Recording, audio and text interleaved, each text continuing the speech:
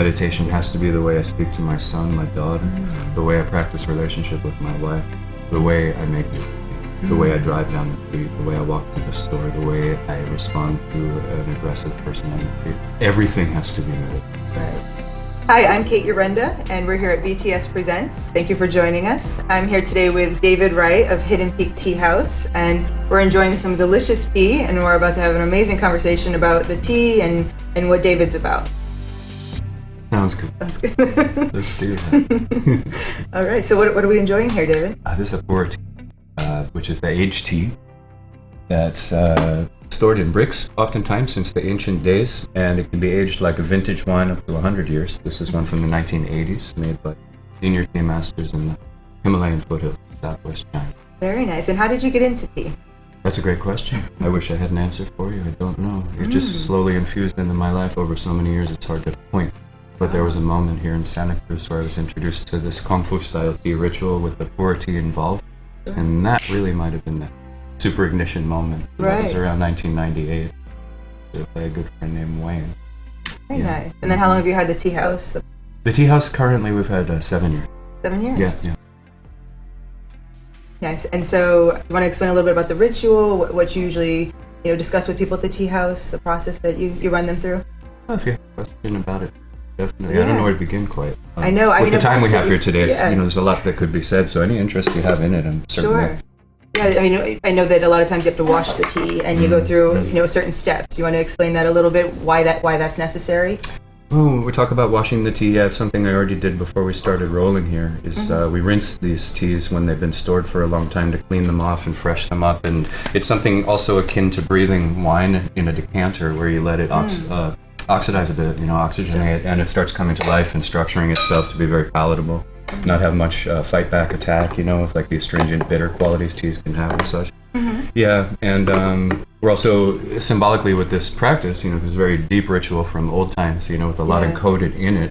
You're washing away the cares and the worries also of the day, so you can really be here with your guest and, just drop in really. Yeah. Okay, so when people come into the tea house, what's the experience that you really want them to enjoy? Their own. You see, I don't want to preach that we're there for a reason, because I don't really feel that way. If there is a reason, it's to create a container. I want it to be like a sanctuary and a place where folks could find something in themselves. If I remove enough distractions out of the space and create a certain device in the space itself, then I'm just offering space. And that's cool, because I have people come to me and they tell me what they got out. But it's not necessarily like I'm leading them to something, I don't think. They found the tea house, they're going to find something in it. Absolutely. Yeah. And for those who haven't been to the tea house, it's gorgeous. Absolutely gorgeous. It's beautiful, beautiful. Just recently we actually filmed a movie at the tea house, the Superhuman movie. So very familiar with that space and the energy of there. It's just, you can't deny it. It's you walk in, you're like, oh, how come more places don't feel like this? It's beautiful. Add to that a little bit. These teapots, when we use them, we don't wash them out. We let them stain. Like a cast iron skillet or a wok will make nicer food over time. These teapots, when you let them stain with the oils from the tea, they soak into the clay body because it's not glazed. Makes better and better tea. So as an analogy, I see the tea houses like that with humans. And the patina of what you feel in that room, it's palpable, nice human energy. Because so many people come and they have really meaningful human experiences there, and a lot of love and a lot of openness and a lot of community building and sharing and such. So that's very noticeable. People walk in and oftentimes they've never been, but they have this big out-breath moment just standing there. Absolutely. And that's not us once again doing anything. That's just they're finding in themselves, wow, this is spacious. Right. This is what I feel like in space. Sure. Absolutely. Right, absolutely. But this isn't your typical tea either. This isn't just green tea or something like that. I mean, what makes this tea so special and unique? We were talking a little bit about it before. Yeah, and not to be elusive, but honestly, we make the tea special. Sitting there on the table, it's, well, what's it going to do? Leave it there for 10,000 years, there it is, probably, in some form, maybe. But together, a human that understands a tea, right, and a really good quality tea can do a wonderful thing. So I'm very interested in teas that are made sustainably, not hurting Mother Earth, not hurting other human beings. A lot of the industry, unfortunately, over the time period of the 20th century went into mechanized ways of kind of forgetting about all the things we really need to care about in the name of high production. So for me, that's a very important part of the intelligence of sharing this. And then ideally, once again, I'm dropping things to serve the tea well to you. And that would make maybe a special experience happen. Yes. See? Oh, absolutely. Yeah. And the data about the tea, that to me is extra. I oftentimes might ask a person, please meet her first. Let her talk to you. Then I'll give you data. But how about just the voice and the expression of the nature in the tea, harmonizing with yourself before the data? This data entry could skew the experience a little bit, you see. Yeah, people could get distracted. Absolutely. Yeah. Very nice. And then we were talking earlier about our own individual practices with meditation and Qigong. Is this a form of a part of your spiritual practice?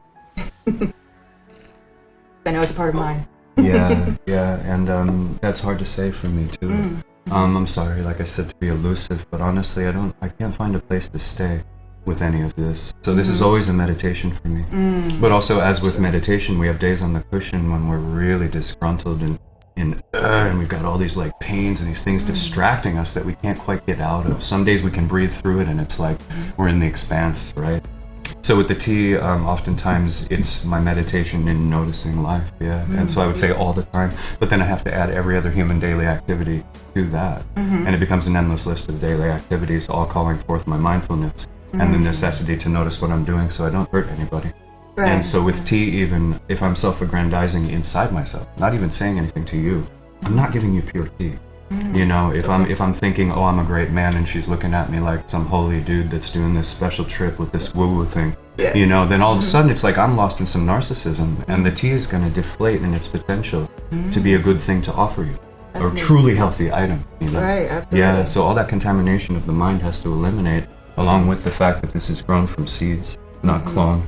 It's no chemicals ever have been near where these plants are, and the humans who make the tea are happy people. But that has to be combined with my intention at the very last moment when the tea is poured to your cup, because that's been through a long journey. Absolutely, yeah. And yes, please. What are the healing components of this tea? You know, it's really great for digestion, but is there more to it that? Well, physically, I mean, they have a long list of things this is good for. This pu'er tea in Germany and France in the 1980s, they did a lot of testing scientifically and found lowering unhealthy cholesterol levels, weight loss, any problem with stagnation in the system, cutting fats and grease out of the system while you eat or after you eat, which is why this is the main tea drunk with the dim sum cultures of Hong Kong and Macau and Canton. This goes along with heavy pot stickers, greasy noodles, all this stuff, because it creates an ability to move it through. Tibetan people would rely on this tea because they had an animal diet up at 16,000, 17,000 feet where they can't grow any food. And oftentimes, even though they're a Buddhist culture vowing to be non-violent, they have to take life to sustain their life up there. In that, they wound up bound with an animal system. There's no movement because they were just mainly eating animal products. So this tea, when it came, was not only supplemental nutrition, because it's got an incredible list usually of minerals, vitamins, trace elements, all sorts of things that are in the tea. But then along with that, there was incredible digestive circulatory thing that happened. The list really goes on from there. Always coming back, however, to a fellow friend meditator, that the health benefit is in the doing and the attitudinal activity. That's health, because you can be going to a gym and following the perfect diet and doing all these things, but if your mind is contaminated with resenting people and staying stuck in your grudges, how much health is manifesting, and what are we really doing? So I always have to bring it back to that. Absolutely. Well, those are my favorite topics. Intention and manifesting it. That's what I study all the time, because that is our day-to-day existence. That's our reality. It's everything is intention. I mean, whether it's your food or social interactions or what you want to manifest, it all comes from within. So I love that the tea, you see such an obvious response to that, the intention.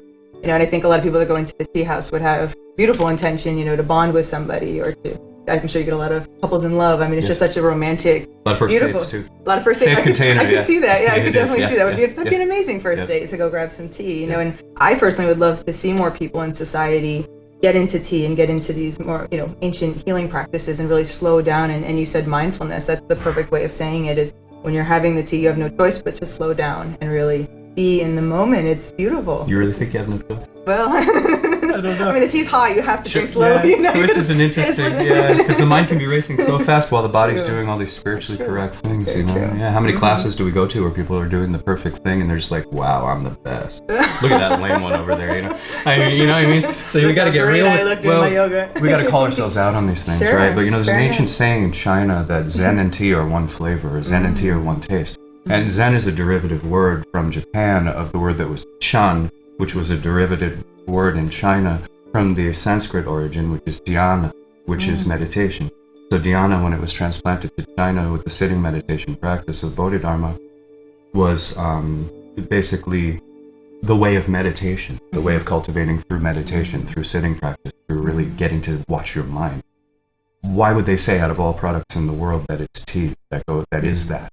Right. They don't say corn and and Zen are one thing, although of course they are. But there's something inherent in this process that from ancient times, for some reason, tea becomes potentially ceremonial, ritualistic potential for engaging the mindful activity in daily life, because it's a worldly doing, but it has a transcending quality, something about, I think, the plant medicine and the affiliate nature of the plant ally tea as a plant species.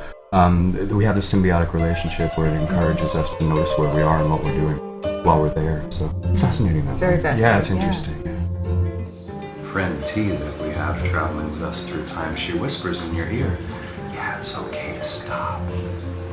Yeah, it's okay to slow down. Yeah, it's actually fine just to be here. There's nowhere to rush off to. And that's the benevolence of the allied plant, right? The actual plant herself, she tells us what we need to hear, what we're always wanting to hear, in a way where we actually hear it.